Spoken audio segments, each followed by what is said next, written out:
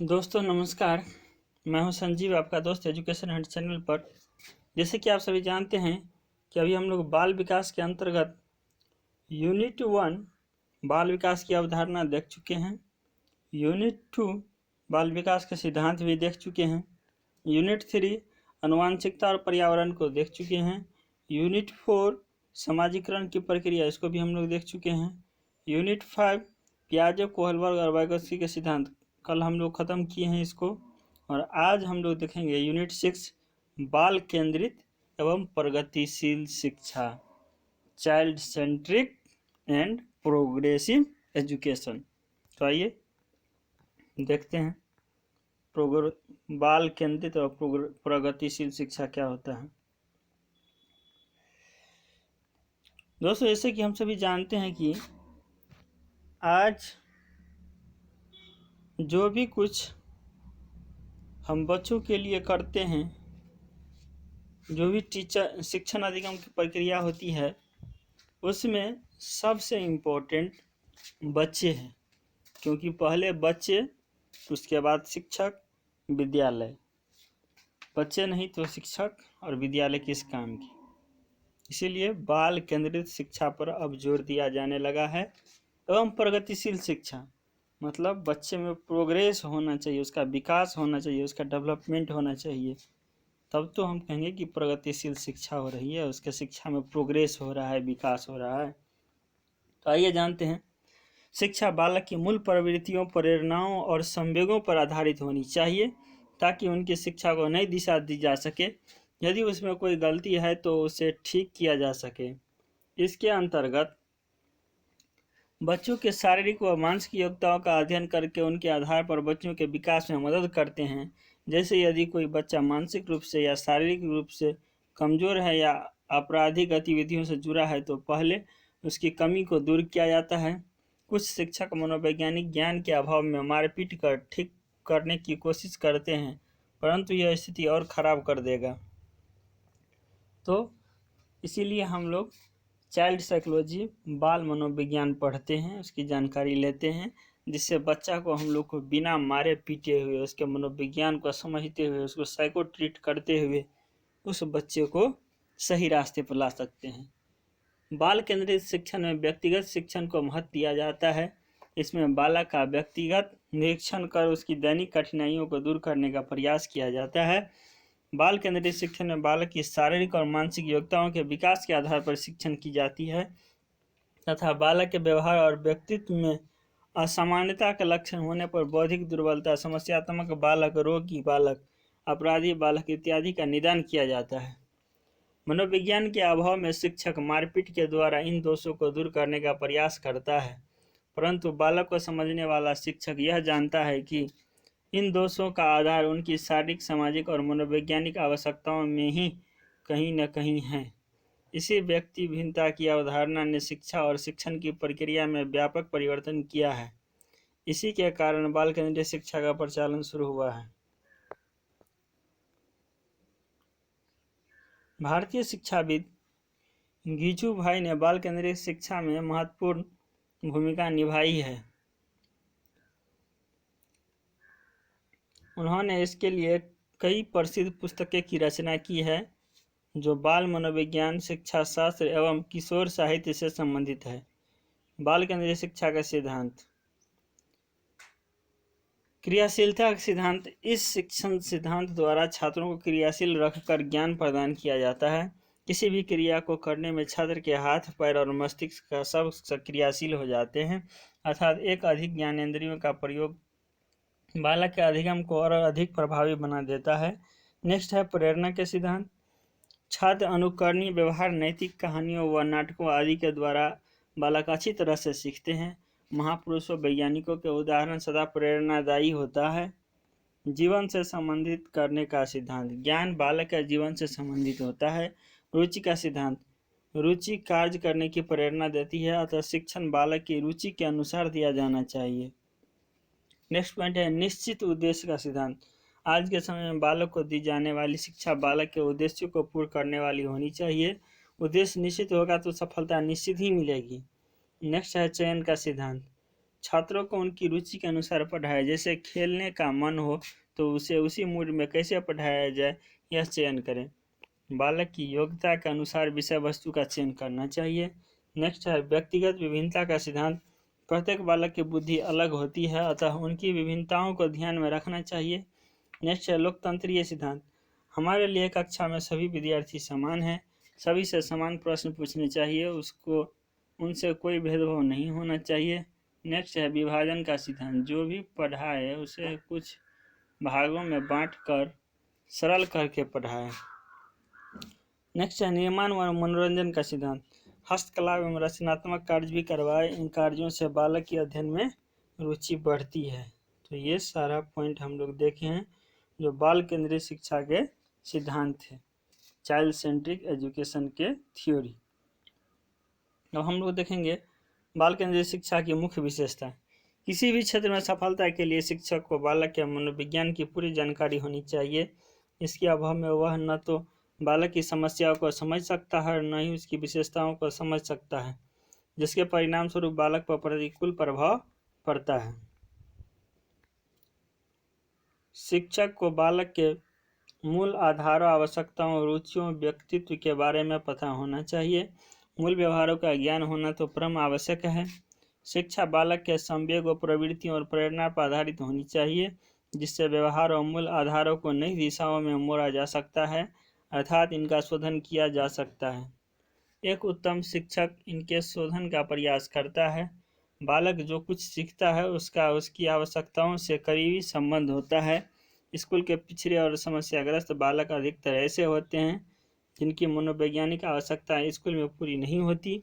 मनोविज्ञान शिक्षक को बताता है कि प्रत्येक बालक की मनोवैज्ञानिक आवश्यकता भिन्न भिन्न होती है। अब आगे हैं बाल केंद्रीय शिक्षा की शिक्षण विधि। शिक्षा के क्षेत्र शिक्षक को यह बताता है कि बच्चे को क्या पढ़ना है, परंतु समस्या यह है कि उन्हें पढ़ाना कैसे है। इस समस्या को सुलझाने में बाल मनोविज्ञान शिक्षक की सहायता करता है। बाल विज्ञान सीखने की प्रक्रिया, विधियों, महत्वपूर्ण कारकों, अच्छी या बुरी दशाओं आदि तत्वों से परिचित करवाता है। नई नई परिस्थितियों में नई नई समस्याओं को सुलझाने के लिए शिक्षक को अलग अलग प्रयोग करने चाहिए। उससे निकलने वाले निष्कर्षों का उपयोग करना चाहिए।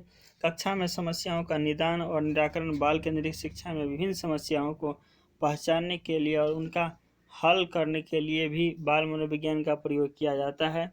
मनोविज्ञान शिक्षण की विधियों का विश्लेषण है, उनमें सुधार के उपाय भी बतलाता है। बाल केंद्रित शिक्षा विधि को प्रयोग में लाते समय बाल मनोविज्ञान को ही आधार बनाया जाता है। तो अभी तक हम लोग जितने भी पॉइंट देख रहे हैं उन सभी में बच्चे को ही सेंटर में रखा जाता है। हमेशा बच्चे की स्वार्थ की बात की जा रही है और इसीलिए इसको चाइल्ड सेंट्रिक एजुकेशन कहा जाता है। अब कुछ विधि दिए गए हैं जिसको हम लोग बारी बारी से अध्ययन करेंगे, लेकिन विशेषतः आगमन और निगमन विधि, इंडक्टिव एंड डिडक्टिव मेथड जो है वह सबसे इम्पोर्टेंट है। उसी विधि से सारा विधि निकला हुआ है। तो जैसे कि हम लोग जानते हैं व्याख्यान विधि होता है, आगमन विधि होता है, निगमन विधि होता है, संश्लेषण विधि होता है, विश्लेषण विधि होता है, प्रयोगशाला विधि होता है, उसके बाद प्रोजेक्ट विधि होता है, प्रश्नोत्तरी विधि होता है। तो ये बहुत सारे विधि है जिसको हम लोग इसमें इम्पोर्टेंट कुछ देखने वाले हैं। अब है मूल्यांकन और परीक्षण। जब बच्चे को हम लोग वर्षों तक पढ़ाते हैं, साल भर पढ़ाते हैं, तो हम लोग को उसका परीक्षण और मूल्यांकन भी तो करना होता है। शिक्षण से ही शिक्षक की समस्या का समाधान नहीं हो जाता, बालकों के ज्ञान और विकास का मूल्यांकन करना होता है। मूल्यांकन से परीक्षार्थी की क्षमता का पता चलता है। परीक्षा द्वारा मूल्यांकन से पता चलता है कि बच्चे ने कितनी प्रगति की है। भारतीय शिक्षा प्रणाली में मूल्यांकन शब्द का संबंध परीक्षा, दुष्चरित्र तथा मानव तनाव से है। बाल केंद्रीय शिक्षा में सतत एवं व्यापक मूल्यांकन पर जोर दिया गया है। CCE continuous and comprehensive education, सतत एवं व्यापक मूल्यांकन पर जोर दिया गया है। मतलब बच्चे का हमेशा फीडबैक लेते रहे, बच्चा में प्रोग्रेस हो रहा है या नहीं, वह किस क्षेत्र में वह कमज़ोर है। ऐसा नहीं है कि साल के वर्ष के अंत में एक बार हम एग्ज़ाम ले लिए 2-3 घंटा के और उस बेसिस पर यदि बच्चा फेल है तो फेल, पास है तो पास। जी नहीं, सतत और व्यापक मूल्यांकन यह कहता है कि बच्चे के समय समय पर उसका टेस्ट होते रहना चाहिए, और स्पेशली जो टीचर पढ़ाते हैं अब उस स्कूल के उस अध्यापक, सभी अध्यापक बच्चे को स्पेशली जानते हैं, तो कहने का मतलब है उस आधार पर उसका रिजल्ट होना चाहिए। सतत और व्यापक मूल्यांकन यही बात करता है।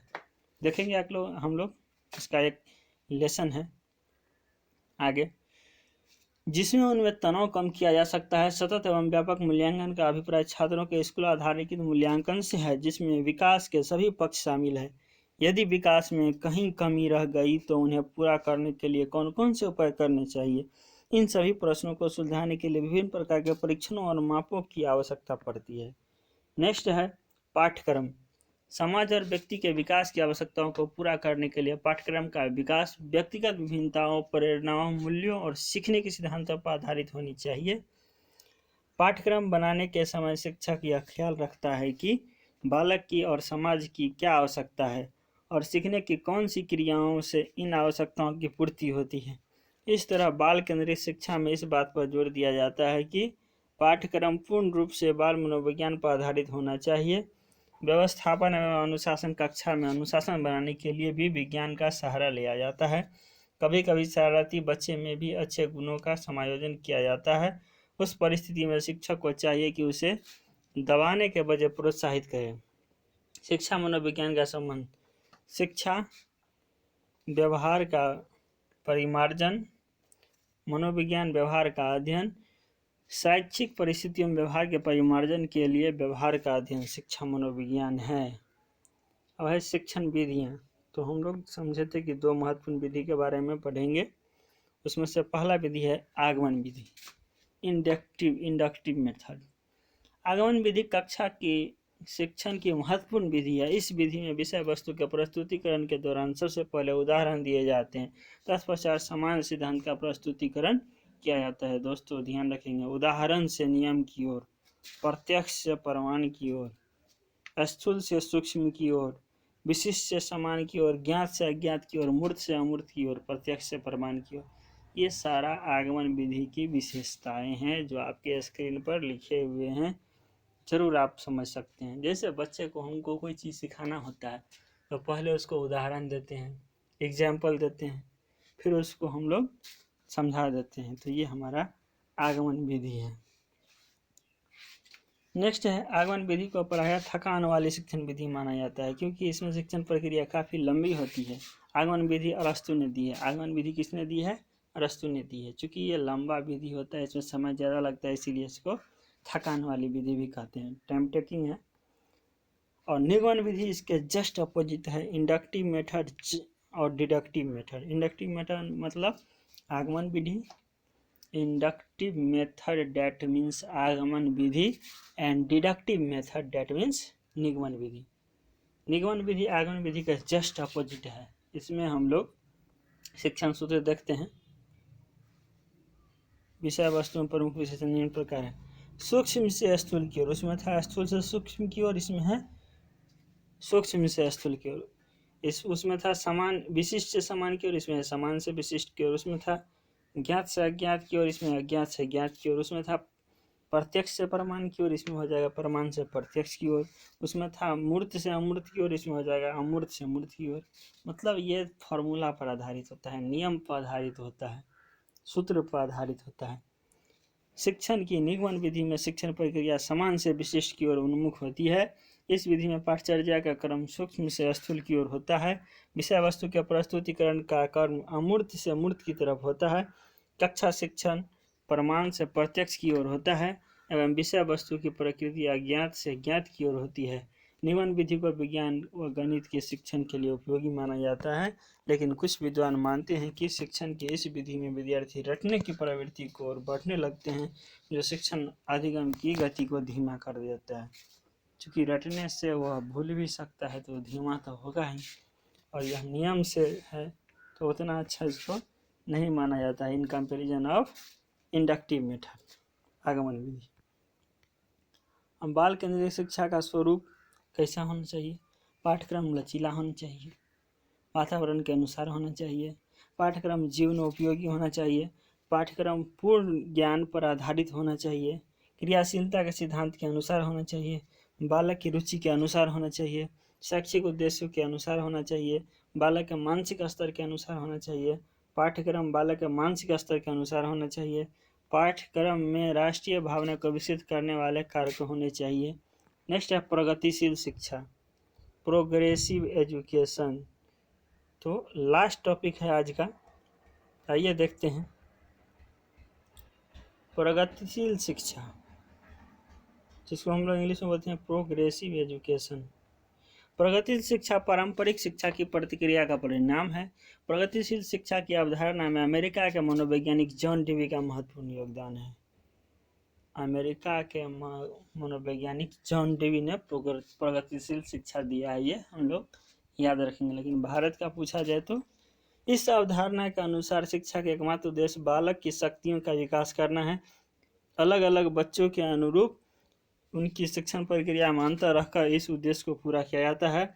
प्रगतिशील शिक्षा यह बतलाती है कि शिक्षा बालक के लिए है, बालक शिक्षा के लिए नहीं। हमेशा मैंने कहा है, आपने भी सुना है कि हमेशा बालक को ही सेंटर में रखा जाता है, बालक को ही ज़्यादा महत्व दिया जाता है। बालक है तो सारा कुछ है, बालक नहीं है तो कुछ भी नहीं है, ना टीचर है ना विद्यालय है। शिक्षा का एक उद्देश्य वातावरण तैयार करना होना चाहिए जिसमें हर बच्चे को सामाजिक विकास करने का मौका मिले। शिक्षा के द्वारा मनुष्य में परस्पर सहयोग तथा सामंजस्य स्थापित होना चाहिए। इस तरह प्रगतिशील शिक्षा का उद्देश्य बालक के व्यक्तित्व का विकास करना तथा शिक्षा द्वारा जनतंत्र को स्थापित करना है। प्रगतिशील शिक्षा के सिद्धांतों के अनुरूप ही आजकल शिक्षा को सार्वभौमिक तथा अनिवार्य बनाने पर जोर दिया जाता है। शिक्षा का लक्ष्य व्यक्तित्व का विकास है और प्रत्येक बालक को उसके व्यक्तित्व के विकास के लिए शिक्षा ग्रहण करने का अवसर मिलना चाहिए। इसका लक्ष्य व्यक्ति और समाज दोनों का विकास है। इससे व्यक्ति का सामाजिक, बौद्धिक और नैतिक विकास होता है। प्रगतिशील शिक्षा के अंतर्गत प्रोजेक्ट विधि, समस्या विधि एवं क्रिया कार्यक्रम जैसी शिक्षण पद्धति को अपनाया जाता है। अब है दोस्तों, याद रखेंगे प्रगतिशील शिक्षा को आपको बोलेगा किसने दिया है, तो वो हो जाएगा जॉन डेवी। जॉन डेवी कहाँ के थे? अमेरिका के थे।